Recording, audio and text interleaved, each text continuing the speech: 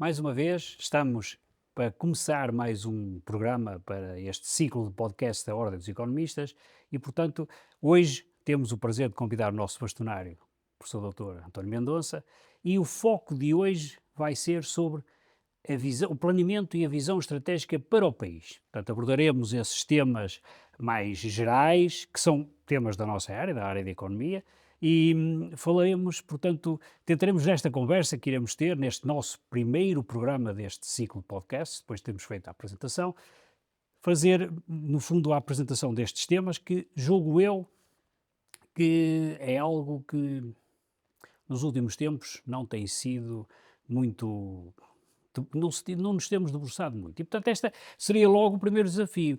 Primeiro, se partilha desta ideia de que o planeamento estratégico de um país é de facto algo importante e se também concorda que, infelizmente, talvez nos últimos tempos não tenha existido muito essa visão e a implementação de um plano, de uma visão estratégica.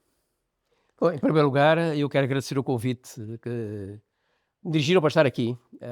Acho que é uma iniciativa muito interessante, este ciclo de podcasts, portanto, participar, acho que é para mim um grande prazer e uma grande honra, e faço votos para que o ciclo, enfim, decorra e tenha, de facto, impacto, não apenas entre os economistas, mas Sim, também na sociedade portuguesa. sim, no programa da apresentação esse foi o foco, Exatamente, de que é conseguirmos fundamental. fazer aqui algo bem pensado para tocar estes temas, como o de hoje, que é do planeamento e de estratégia, para, no fundo, sacudir um bocadinho aqui. Exatamente, e também cumprimentar e agradecer ao Ricardo o papel que tem tido Obrigado. neste processo, que eu acho que existirem pessoas, e sobretudo membros da Ordem dos Economistas, que tenham iniciativa e que levem para a frente coisas com interesse, acho que é sempre Sim, de isto é um elogiar. projeto da É ordem. bom para os economistas, é bom para a Ordem, e também há outra coisa que eu acho que é importante, não é? Nós estamos numa Ordem, somos economistas, somos membros da Ordem, somos dirigentes da Ordem, é também o contributo que nós estamos a dar para o país. Portanto, estamos a Exato, fazer exato. um serviço público, é um contributo que nós estamos a dar e hoje, mais do que nunca, e vou já falar das questões que me colocou, o papel dos economistas é fundamental, é importante. Exato. Sobretudo, enfim, uma classe profissional que deve ter a preocupação de ser objetiva, de exercer as suas responsabilidades com competência, com exigência, com rigor, com ética, e ultrapassar um pouco aquilo que provavelmente tem sido dominante no país e que eu pessoalmente julgo que é negativo, que é uma tendência para a politização e para a E di e ideologização de sim, mas todas as isso sim, propostas, mas não é? isso é algo Não que é? aqui não vai E existir, não portanto, é? quer dizer, exatamente, e portanto é importante considerar que de facto, quando fazemos propostas, quando falamos sobretudo de planeamento estratégico, são coisas que transcendem as conjunturas políticas, Exato. partidárias, É evidente que a conjuntura pode pode implicar e influenciar, claro, também vamos falar disso, pode mas definir prioridades, não é? Podemos estar numa evidentemente, situação em que não temos recursos financeiros e, portanto, precisamos de adiar, claro, claro. mas atenção, construir uma estrada, uma ponte, uma linha de caminho de ferro, Ou mesmo definir estrategicamente um país, não é? desenvolver, criar um hospital ou novas escolas, etc., são questões ideológicas ou políticas, são questões do país Do país. e que nós temos que, evidentemente, organizar e concretizar em função das disponibilidades financeiras, das prioridades do momento, mas devem transcender, e isso é que é importante que nós consideremos. No fundo, o que o Sr. Bastonário está aqui a dizer é que ultrapassa um ciclo político. Claro, claro, e portanto a ordem acho que tem um papel muito importante, precisamente introduzir esta ideia de coerência estratégica, de ultrapassar os ciclos, e portanto encontramos a questão do planeamento estratégico, não é? Eu quero dizer o seguinte relativamente ao planeamento estratégico, acabou há muitos anos que não existe verdadeiramente em Portugal, existem remedos, existe algumas orientações, mas que estão sempre a ser postas em causa. E repare que não é uma questão de alternância política de governos, muitas vezes na mesma cor política Exato. mudam os ministros e muda tudo, não é? Pois. O que isto significa o quê? Não é uma questão de que um ministro é melhor do que o outro ou que um partido é melhor do que o outro, não. É falta de coerência e falta de conhecimento e falta de estruturas políticas e administrativas, de instituições do país que devem ter, de facto, um papel primordial nisso, na análise. Já existiu em Portugal instituições, organismos Do diretamente próprio Estado, não é? Do do próprio próprio Estado. Estado, Por sim. exemplo, existiu o DCP, depois virou o Departamento de Perspectiva e Planeamento, onde havia a preocupação, em termos macroeconómicos, em termos gerais, de organizar, sistematizar os diferentes projetos, de dar coerência com o objetivo de desenvolvimento. Isso desapareceu completamente. Houve a afirmação de uma ideia, enfim, que eu acho que é importante, a questão do mercado e tudo, mas que, quer dizer, nós não podemos abandonar tudo à lógica simples de mercado, porque corremos o risco de subverter, de enviesar e de privilegiar o curto prazo e aquilo que permite obter retornos no curto prazo em detrimento de coisas que muitas vezes só a médio e a longo prazo é que se obtém. Mas isso não é planeamento, curto prazo. Não, não é absolutamente nada. É desistir do planeamento. E lembro também que o país, enfim, no período ou nos períodos em que mais se desenvolveu e mais cresceu, foram períodos que estavam subordinados a uma lógica de planeamento. A quinquenal eram os planos de fomento, enfim, do primeiro ao quarto, o quarto até se projetou para, posteriormente ao 25 de Abril e depois até acabou por não ser concretizado, mas foram importantíssimos em termos de orientações fundamentais para o país. Por exemplo, E isso ia, portanto, nessa altura... não, e o Ministro da Economia, que até era um engenheiro e que foi bastonário da Ordem dos Engenheiros, o Ferreira Dias, que iniciou, por exemplo, o projeto de eletrificação do país, foi fundamental, as barragens, tudo isso, para criar a autonomia energética do país, não é? E que se prolongou. E depois teve, enfim, um organismo muito importante, enfim, nos anos 60, que foi criado, que era o Secretariado Técnico da Presidência do Conselho de Ministros, que teve a seu cargo precisamente o pensamento estratégico do país. O primeiro, o segundo, o terceiro, como eu disse, o plano intercalado de fomento também existiu e depois o quarto plano de fomento, e que foram momentos importantes de definição das orientações e que levaram a quê? Curiosamente, num período em que até havia uma certa tendência para a reserva, para um certo encerramento do país dentro das suas próprias fronteiras, começou aí a abertura, não é? Sim, Portanto, a abertura à Europa, a abertura, em primeiro, à EFTA, mas depois também às comunidades europeias, a abertura às instituições internacionais, saídas do FMI, da OCDE, etc., muito na linha daquilo que ocorreu em todo lado a seguir à Segunda Guerra Mundial, com precisamente aquela ideia de que era preciso programar e planear a reconstrução. Portugal teve afastado, enfim, das ondas mais fundamentais desse processo de reconstrução. Aliás, nós não tivemos a guerra, enfim, não vivemos isso, pelo menos de uma forma direta.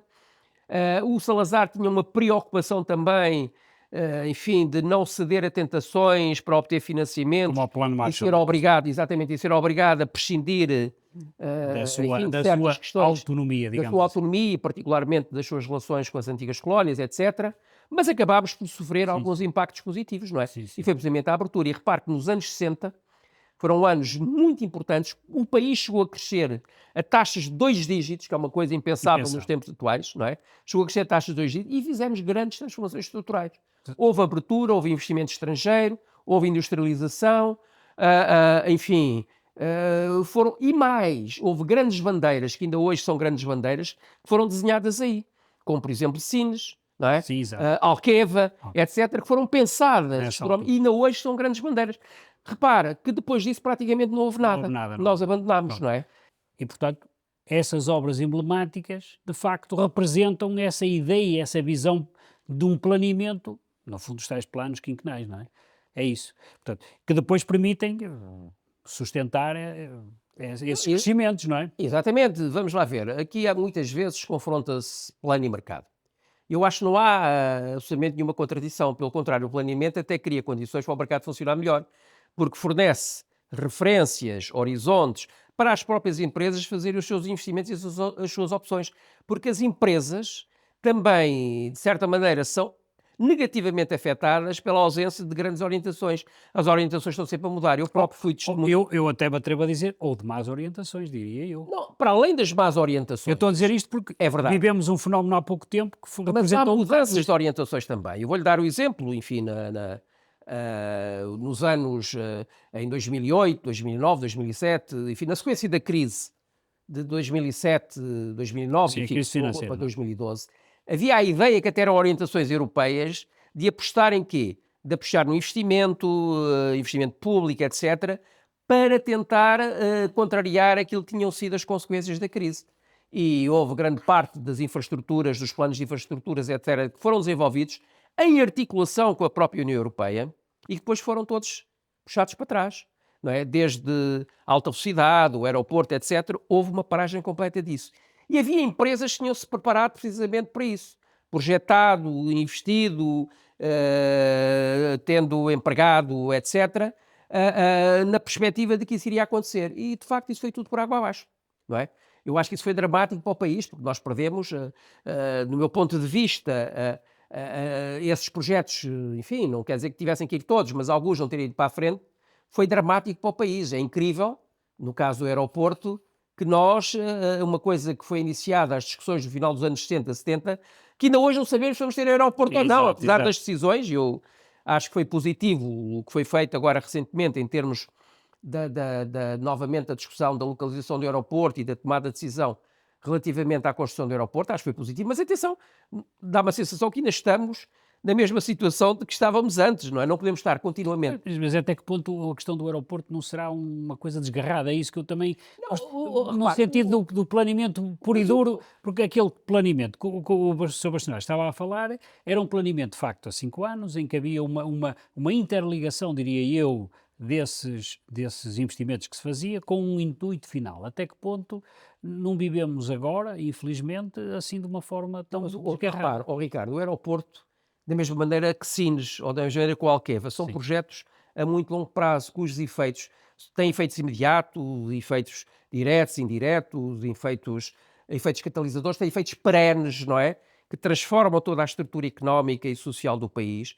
Nós devemos pensar nesses termos, não é? E que transcendem até o quadro de planeamento de 5 anos, ou de 10, ou de 15, são planeamentos, digamos... Sim, mas é isso é que é planeamento. Exatamente. E repare que depois as próprias empresas e o próprio mercado se introduz, tem referências, pode promover os seus investimentos, dá coerência às próprias orientações das empresas. Portanto, não há nenhuma contradição entre planeamento e mercado. Pelo contrário, o mercado, para funcionar bem, precisa ter um enquadramento mais a médio e a longo prazo, que é isso que não existe neste momento no país, não é? E isso é verdade a vários níveis, que é uma coisa que não vai... Atenção, que quando eu digo isto também, houve nos anos 90, enfim, os organismos fundamentais de planeamento deixaram de existir praticamente, não deixaram de existir, não só praticamente, mesmo efetivamente, mas nós vamos ter que reconstruir. Mas tem graça que nessa altura aparece uma ideia talvez de planeamento, que foi aquele relatório Porter, não é? Para Portugal. Sim, mas... Que era uma ideia, não é? Era uma ideia, mas isso aí foi um dos raros... Mas nessa altura, vamos lá ver, começou a dizer que é antagónico, não é? Vocês estão a dizer é antagónico, acabam com as estruturas. Mas não deixou de ser um elemento importante, essa preocupação de pensar estrategicamente o que é que vamos fazer em termos de política industrial no contexto da abertura europeia, porque uma coisa é nós vivermos fechados, não é? Relativamente ao exterior, outra coisa é no contexto europeu, e houve que essa preocupação, o que é que vamos fazer agora no contexto europeu, e foi importante em termos de política industrial, ainda temos consequências disso alto à Europa e outras coisas. Não é muita coisa, mas ficou alguma coisa, não é? Ficou alguma coisa e que revela, mas depois disso talvez tenha sido aí, nesse período, o último momento em que houve a preocupação, uma visão de planeamento, uma visão estratégica, de política industrial. Mas estava-me a dizer que existiu, na altura, 2008, 9, 10, uma visão europeia de planeamento. Portanto, não era uma visão nacional, era uma visão que tinha repercussões em Portugal. Claro. Enfim, nós, por vicissitudes, agora não me interessa, ou talvez não seja oportuno estar a discutir todas as razões que levaram a pôr isso de lado, mas foi dramático para o país. No fundo, na minha opinião, nós perdemos 20 anos já íamos atrasados e atrasámos ainda mais, não é? E, portanto, agora é que nós estamos a discutir a alta velocidade. Estava tudo programado na altura, estava aprovado pela União Europeia, eram projetos que podiam ter sido, e mais, quando foi a entrada da Troika nesse período, enfim, logo assim. em 2011, quando foi, eles não puseram em causa os projetos, por exemplo, de alta velocidade. Pois, mas aí era uma questão financeira, não é? Não, mas na altura havia financiamentos europeus, havia perspectivas, e repare que os financiamentos também são a médio e longo prazo, e portanto a ideia é que o retorno venha depois, não é? E é precisamente nós temos que medir as coisas, não em termos de despesa imediata, mas a análise custo-benefício desses projetos tem que ser uma análise mais complexa.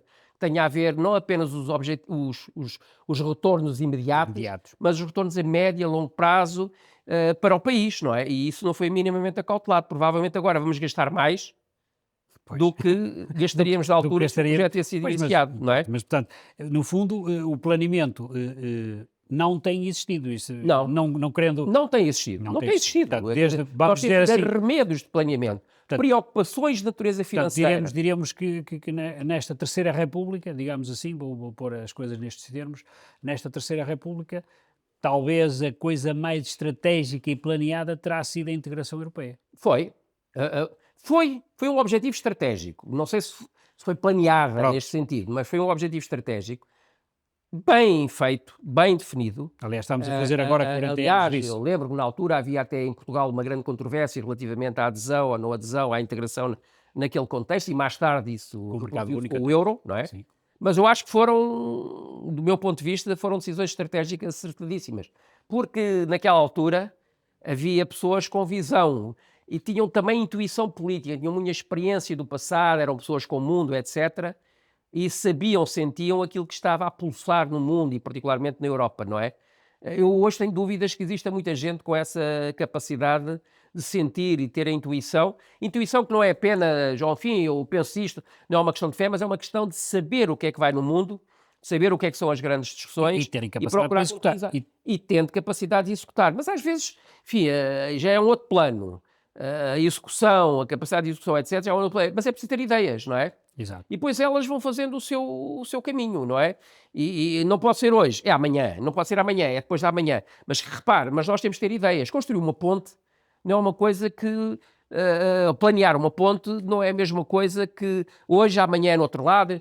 Infelizmente tem sido assim. Tem sido assim. Não é? Quer dizer, nós temos que planear, tem que ser aqui, tem que ser estes objetivos. Vamos ver agora quais são as condições que nós vamos reunir para que ela se possa concretizar. São dois planos diferentes. Pois. Não é? E, portanto, e não estar dependentes, por exemplo, nesta questão do programa de hoje, deste podcast de hoje, que é o planeamento e a estratégia, não estar também dependentes de já percebi, de ciclos políticos, não é? Mas isso será, diria eu, atrevo-me a dizer, talvez o de menor importância, mas de ciclos conjunturais, mas conjunturais de macroeconómicos, digamos assim, porque estamos a viver também um período conturbado. Não é? É verdade. Mas atenção, se me permite voltar atrás, a questão dos ciclos políticos não é tão negligenciável quanto isso. Pronto, Porque, aliás, há uma grande discussão também no plano teórico, no plano académico, relativamente aos efeitos dos ciclos políticos, ciclos económicos, etc. E interagem uns com os outros. E muitas vezes o ciclo político é negativo. Pois, Sobretudo, como é o caso hoje em dia, em que o ciclo político implica apenas objetivos de curto prazo, retornos imediatos, saber se isso vai permitir aumentar ou não vai aumentar votos, etc. E muitas vezes isso é contraditório com aquilo que são as preocupações, os interesses a mais médio e longo prazo, não é? Diria eu, atrevo-me a dizer que corta pela raiz qualquer tipo de planeamento e estratégia. Corta. E é aquilo que eu disse há pouco. A falta de coerência e estratégia é uma coisa que não diz respeito apenas digamos, a um conjunto de forças políticas, outras são melhores, outras são piores. Mesmo muitas vezes, dentro da mesma referência política, há alterações substanciais. Às vezes basta mudar o ministro para as alterações serem substanciais. Para o ministro considerar que o anterior é um idiota, que não sabia nada, e ele é que sabe, não é? Isso acontece, seja de mudança de força política, seja dentro da própria força política, mudança de pessoas, não é? Isso é péssimo. E isso é o resultado de quê? É o resultado de não haverem estruturas, digamos, do Estado, estruturas de planeamento perenes que pensam, que refletem, que têm competências técnicas para definir e programar, e depois cabe, no fundo, aos governos, à esfera política, definir as opções, as prioridades num determinado momento, mas sabe que está ali. É o que eu estava a dizer. Uma ponte ou uma estrada ou um caminho de ferro não é uma coisa política, é uma coisa técnica. Tem que saber quais são os objetivos que se quer atingir, como é que ela pode ser racionalizada, etc. Não é? Tá. Agora, já é político saber, não vamos fazer este ano, ou vamos fazer no outro ano a seguir, não é? Está a ver? São coisas distintas. Pois sim, mas... E muitas vezes confunde-se tudo. E isso é o problema do país. Não é só o problema do país. Sim, mas então, já agora, se me permite o desafio, então o Sr. Bastonário defenderia a reinstalação, digamos assim, a recuperação dessas ideias, dessas estruturas, que são estruturas nacionais, portanto, a políticas, estruturas do Estado, que pensassem o país. Exatamente. Que pensassem o país. Exatamente. É absolutamente necessário, e já podemos falar mais para a frente sobre isso, mas no contexto que nós estamos a atravessar, europeu, internacional, a existência dessas estruturas que pensam, que refletem com isenção, com competência técnica, o futuro do país. Isto é fundamental, não podemos... E aí o contributo é da sociedade civil. É isso, Ordens exatamente. como a nossa, a ordem dos economistas, a ordem dos Exatamente. engenheiros. E eu acho que disse, e concordo inteiramente, que o papel de uma ordem de economistas neste contexto é um papel ativo, de dar o seu contributo, de chamar a atenção, de alertar, de mobilizar os economistas. Repare, no contexto atual, os economistas, a classe profissional dos economistas é fundamental a vários níveis, não é? Os economistas têm atividades muito diversas, desde o meio académico às empresas, ao Estado, e isso é fundamental, não é? E, portanto, a ordem também tem um papel muito importante na mobilização dos economistas e na disponibilização dos economistas para servir o país, não é?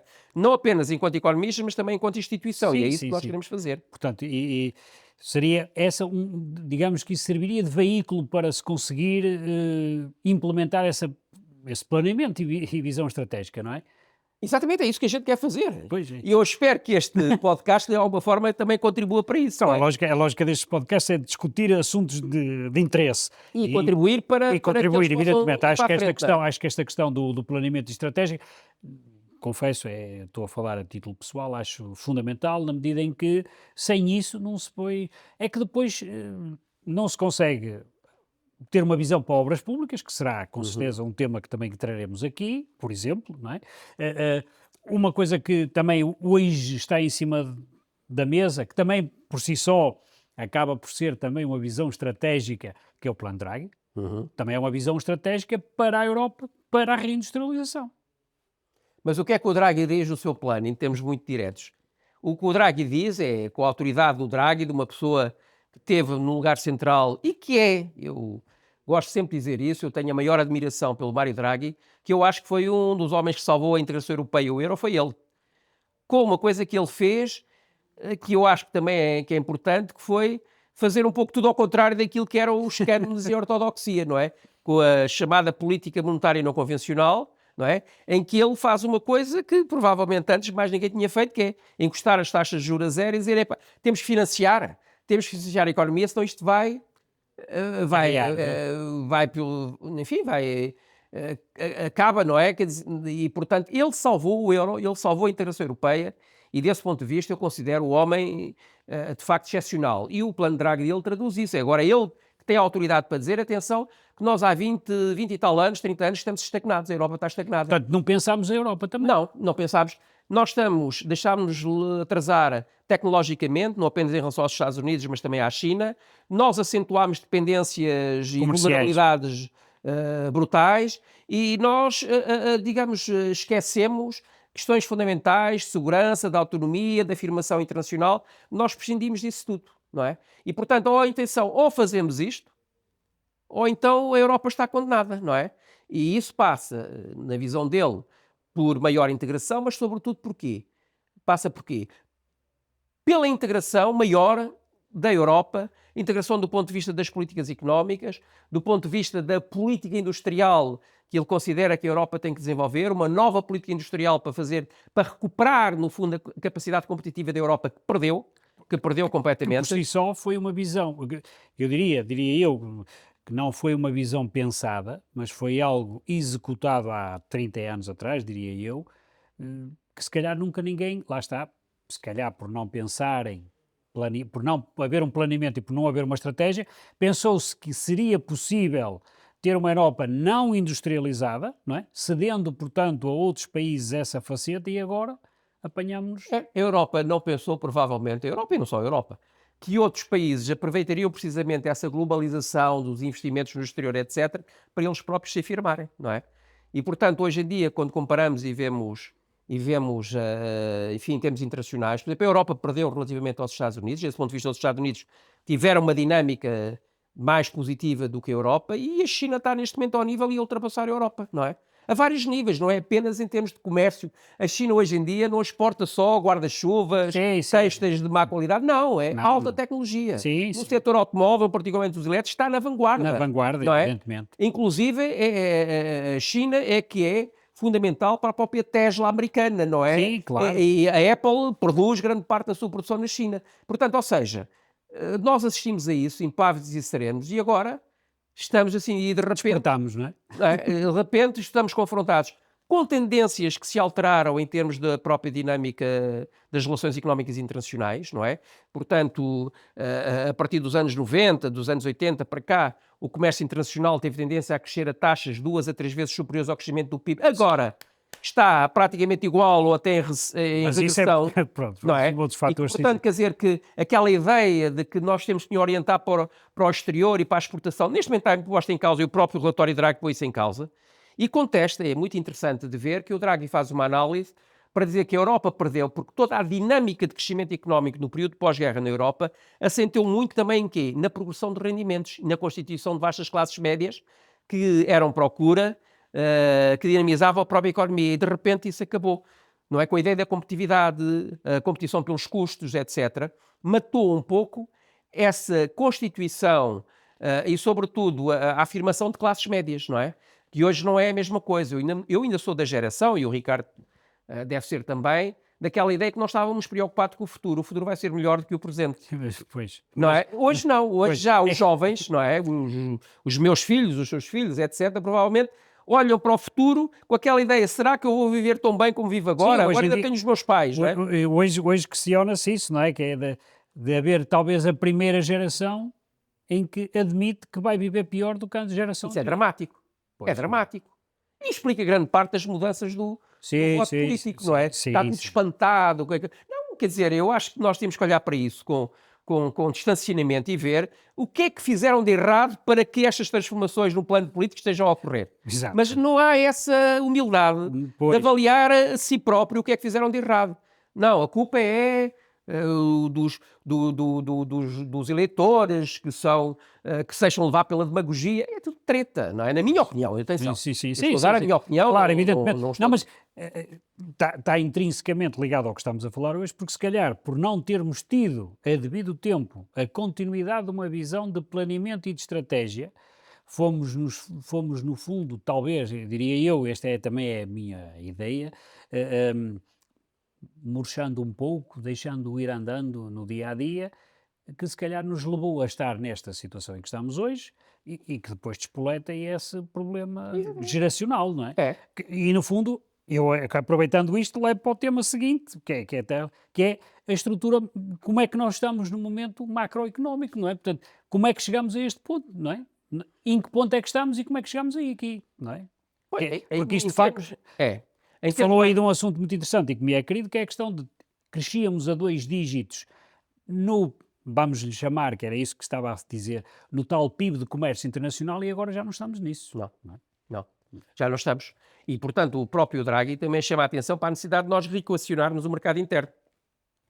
E ao reequacionarmos o mercado interno também a questão da dinâmica de rendimentos.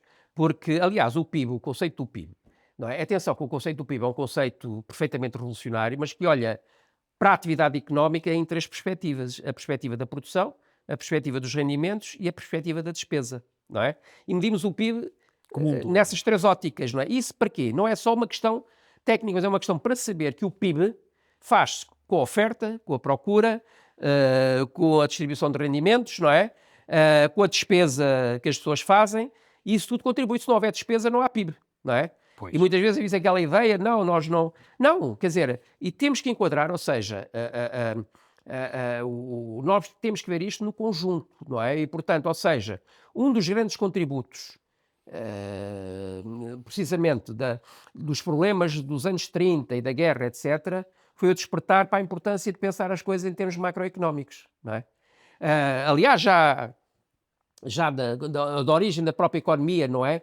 Quando a economia era a administração da família, não é? Desde o tempo económicos do Aristóteles, não é? E quando foi a constituição dos Estados-nação, essa administração da casa transformou-se em administração do país, não é? E deu lugar à chamada economia política, não é? Houve um pensamento em termos... Começou aí a macroeconomia, no final do século XIX, houve aquela ideia, sobretudo do lado da oferta, digamos, de pensar os equilíbrios macroeconómicos, mas nos anos 30, na sequência da crise, houve novamente a ideia de pensar a macroeconomia no seu conjunto. E, digamos, de articular a macroeconomia com a microeconomia, no fundo, de fazer a articulação entre as duas.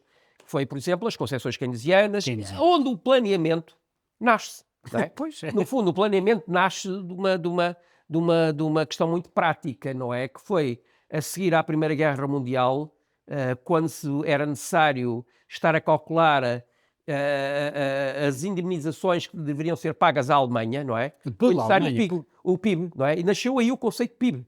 Como medir a atividade económica? Até aí ninguém se preocupava muito com medir a atividade económica, era o que era, o resultado, não é? Agora, medir a atividade económica em termos macros nasceu daí, da necessidade de dizer à Alemanha, olha, vais ter que pagar isto e aquilo tudo para nos ressarcir daquilo que fizeste, não é? Da Sim. guerra. E, portanto, toda essa ideia da macroeconomia depois projetou-se e afirmou-se, sobretudo a partir da Segunda Guerra Mundial, ligada à reconstrução da Europa, do Japão, etc. E foi aí que se desenvolveram as ideias e foi aí que o mundo, até hoje, onde teve maiores taxas de crescimento, foi no período pós-guerra, até aos anos 70, Sim, quando se dá a guerra primeira grande crise energética.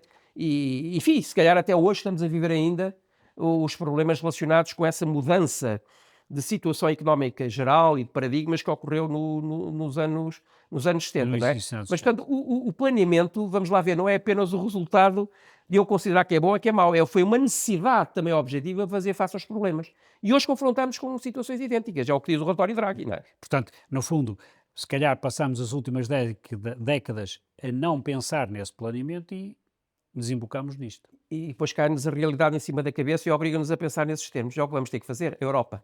Aliás, a Europa tem... A Europa e se calhar o mundo, não é? O mundo, não, o mundo. Aliás, a Alemanha, não é? Nós, já agora que introduziu o tema, eu refiro à Alemanha.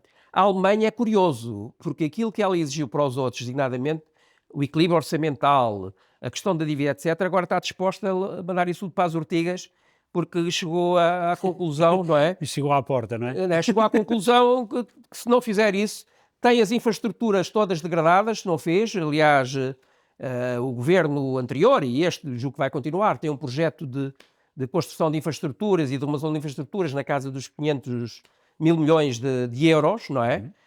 O que quer dizer muito. Até os comboios parece que já não andam a horas na Alemanha, que é uma coisa inconcebível para o alemão. Mas de facto eles estão a ver, estão desgraçados, perderam em muitos domínios o pé, não é? E portanto têm que apostar nisso, têm que ter de facto planeamento, não é?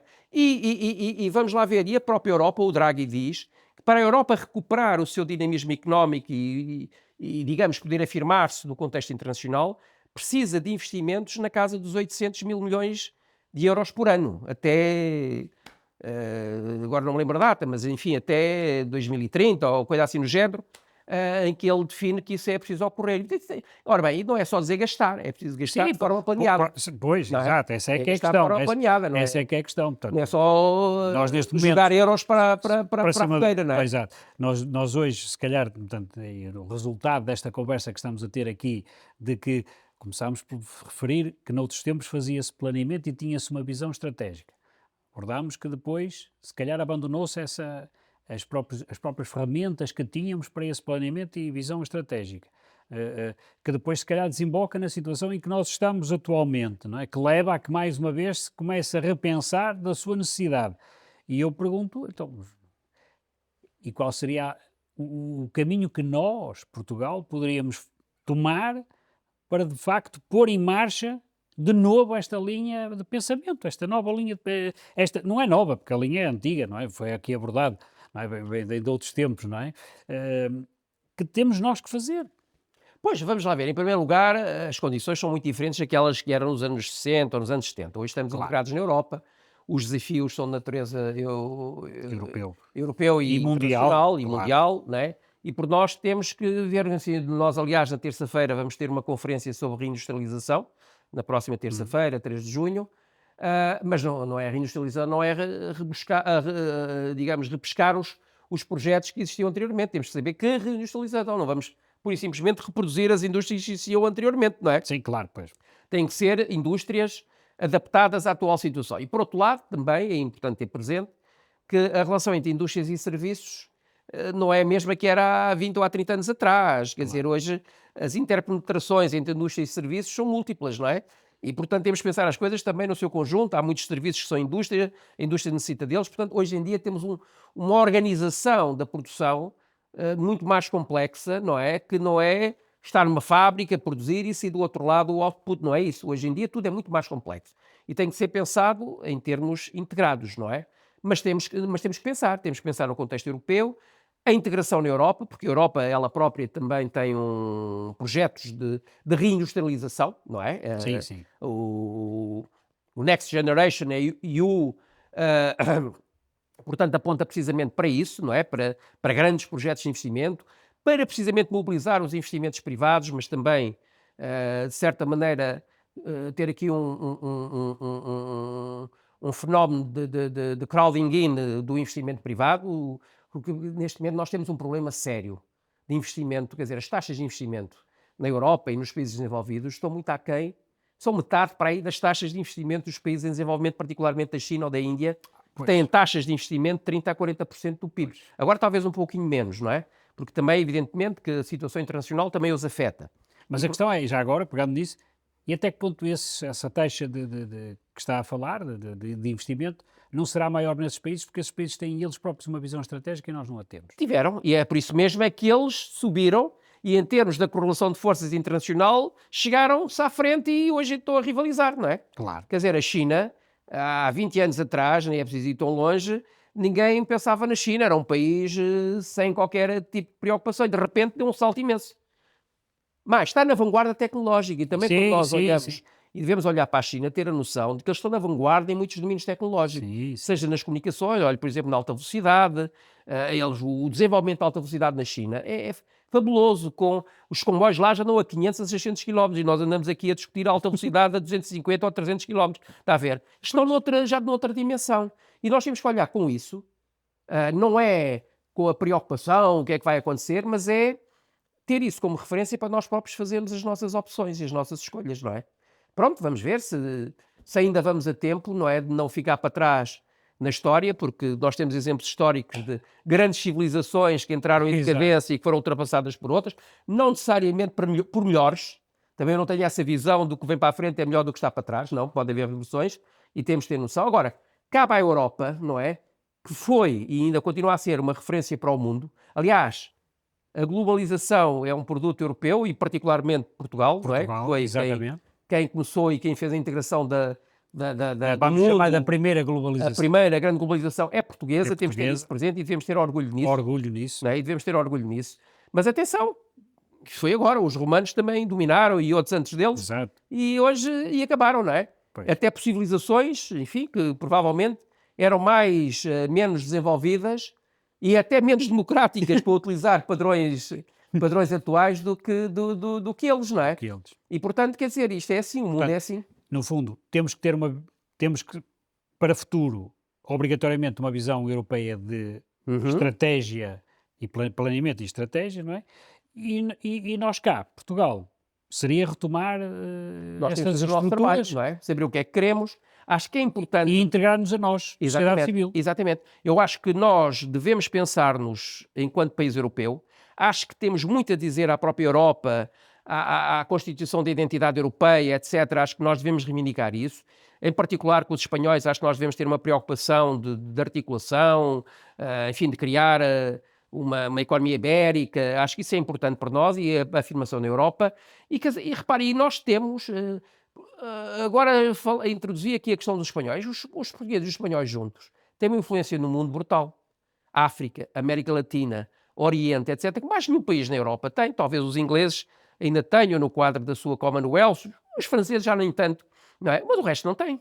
Pois, não é? Mas nós, por exemplo, Portugal, a verdade é que não temos essa visão estratégica. Mas devemos ter, mas temos que ter.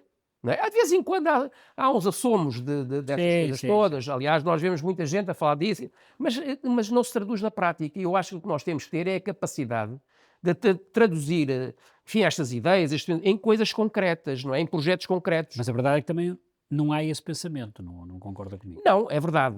Talvez não seja generalizado. E pode ser uma questão geracional, ou seja, que as gerações mais antigas não tenham transmitido isso às gerações mais novas. Não ponha as culpas nas gerações mais novas. Ponha as culpas sempre nas gerações mais antigas. Não é o objetivo esse. O objetivo é, se calhar, teremos que fazê-lo. Mas teremos que pensar. Teremos que pensar, repensar. As próprias academias, as universidades, etc., têm que ter essa visão, pensar o país, não apenas em termos de reprodução apenas daquilo que se está a fazer pelo mundo inteiro, mas lá está, pensar colocar, o país. Colocar a sociedade civil nisto. Nisto, As exatamente. universidades, as ordens profissionais, As ordens profissionais, etc. cada um de nós, português, não é? Cada um de nós, mas enfim, mas eu sou daqueles que ainda acho que as instituições têm um papel muito grande na integração Sim, sim. das pessoas, das vontades, das ideias e de transformar isso tudo em algo de prático e de objetivo que possa ser utilizado, não é? E portanto nós temos essa grande responsabilidade. De conseguir, conseguir criar, no fundo, esta dinâmica, não é? Exatamente. Prontos. E acho que conseguimos o objetivo deste nosso programa, pensar no que será este planeamento e estratégia que deveríamos de ter, no fundo que já tivemos e que abandonamos um pouco. Eu espero que tenhamos dado um contributo, não é? Estas conversas são sempre ótimas, porque a gente tem sempre tendência Sim, sim, para sim. continuar e desenvolver, mas acho que teremos outra oportunidade e, sobretudo, acho que também é importante generalizar esta nossa conversa a outras pessoas, não é? Sim, sim, E sim. Estes não apenas podcasts serão. mais gerais, mas também muitas vezes introduzir aqui o elemento setorial é importante, não é? É importante dar essa visão mais setorial e eu, portanto, renovo os meus agradecimentos e desejar as maiores felicidades Quem e agradece sucessos somos nós aqui da Ordem, neste evidentemente projeto. tê-lo cá para pensarmos nesta situação do planeamento e de estratégia e pronto, terminamos hoje este programa em que debruçámos sobre o planeamento e a estratégia, que é algo que, como vimos hoje, fizemos noutros tempos, houve uma altura em que abandonamos e que vamos ter que pensar nisso outra vez. Obrigado.